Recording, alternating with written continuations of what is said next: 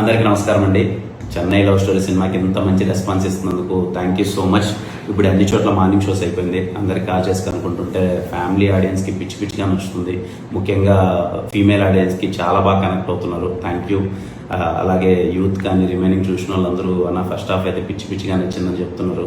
Second హాఫ్లో కొన్ని scenes గురించి చెప్తుంటే చాలా బాగా హ్యాపీగా అనిపించింది. ఇంట్రడక్షన్లో గౌరీ సీన్ అయితే ఏంటి, లేకపోతే డాగ్ సీక్వెన్స్ కానీ, థియేటర్ సీక్వెన్స్ కానీ, ఆ దేవుడి సీక్వెన్స్ కానీ, క్లైమాక్స్ కానీ చాలా బాగా మంచిగా మాట్లాడుతున్నారు. Thank you everyone. ముందుగా చెప్పినట్టు చెన్నై లవ్ స్టోరీ అనేది ఒక కొత్త ప్రయత్నం, ఒక కొత్త ప్రేమ కథ, ఒక కొత్తగా ప్రజెంట్ చేయాలనుకున్నాం. సో అక్కడ ఇక్కడ ఒక 10 to 15% డిఫరెంట్ అనేది ఖచ్చితంగా ఉంటుంది.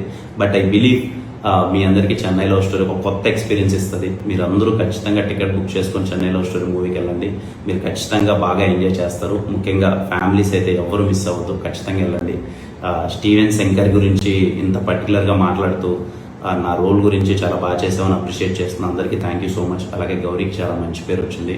మా టీం వాళ్ళందరికీ ముఖ్యంగా కంగ్రాచులేషన్స్. అండ్ మీ ఫ్యామిలీ అందరితో కలిసి చెన్నై లవ్ స్టోరీ మూవీకి వెళ్ళిపోండి. Thank you everyone.